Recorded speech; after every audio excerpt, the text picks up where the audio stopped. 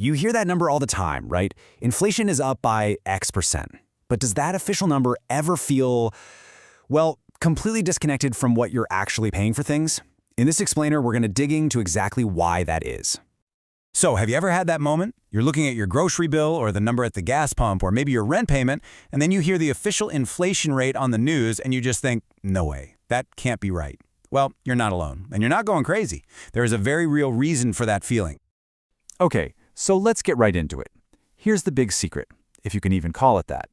There is no single inflation experience. That number you hear on the news, it's just an average. It's a blend of price changes across millions of different things. But your personal reality can be, and often is, way different. And listen, this isn't just a hunch or a feeling. It's a well-documented economic fact. Researchers have known for years that inflation hits different people differently. Depending on what you buy and how much you earn, your personal inflation rate can be wildly different from that national average. So let's break down how that actually works. So our first stop on this journey is looking at how your income level really shapes your experience with rising prices. You can kind of think of it as a tale of two very different budgets. At its core, it all comes down to a simple question. Where does your money actually go? For lower-income households, a much bigger chunk of their budget has to go towards necessities, the stuff you absolutely can't live without. On the flip side, higher-income households can spend more of their money on discretionary things, like services or luxury items.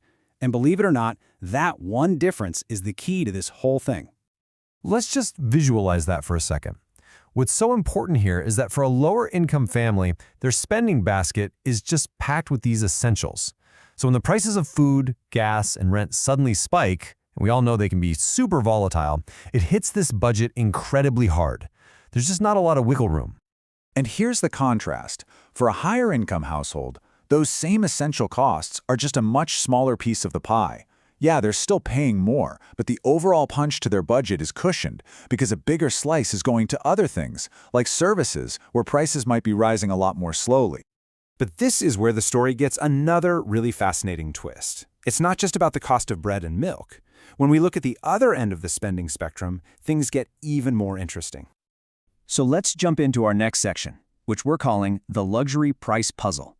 And it really is a puzzle, because in this world, the normal rules of inflation just seem to get thrown right out the window. The key idea to get your head around here is something called pricing power. Basically, luxury brands can jack up their prices by huge amounts, way more than regular inflation, because their customers aren't just buying a watch or a handbag. They're buying status. They're buying exclusivity. So demand doesn't drop off. Sometimes it actually goes up. I mean, just look at this chart. It's a stunning comparison.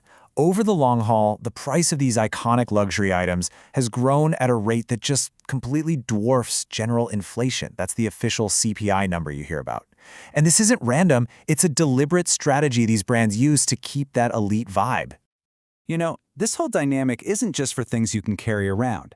It also plays out in one of the biggest, most important markets there is, the place you call home. And that brings us to our final piece of the puzzle, which looks at the two very different paths that property prices can take. This table here just breaks it down perfectly. The price of a typical median-priced home is super sensitive to things like mortgage interest rates, right? Because that directly affects what an average person can afford. But the high-end market, it's often playing a totally different game. It's driven more by the wealth of high-net-worth buyers who are way less bothered by interest rate hikes. And what that means is luxury properties can absolutely skyrocket in value even when the rest of the market is slowing down.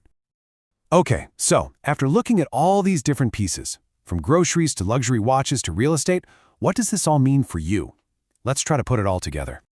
The big idea to take away from all this is that every single one of us has our own unique personal inflation rate, and it's really defined by three key things. First, your income level. Second, your specific spending habits, like what's actually in your shopping basket. And third, the assets you own, whether that's a house, stocks, or even a luxury watch.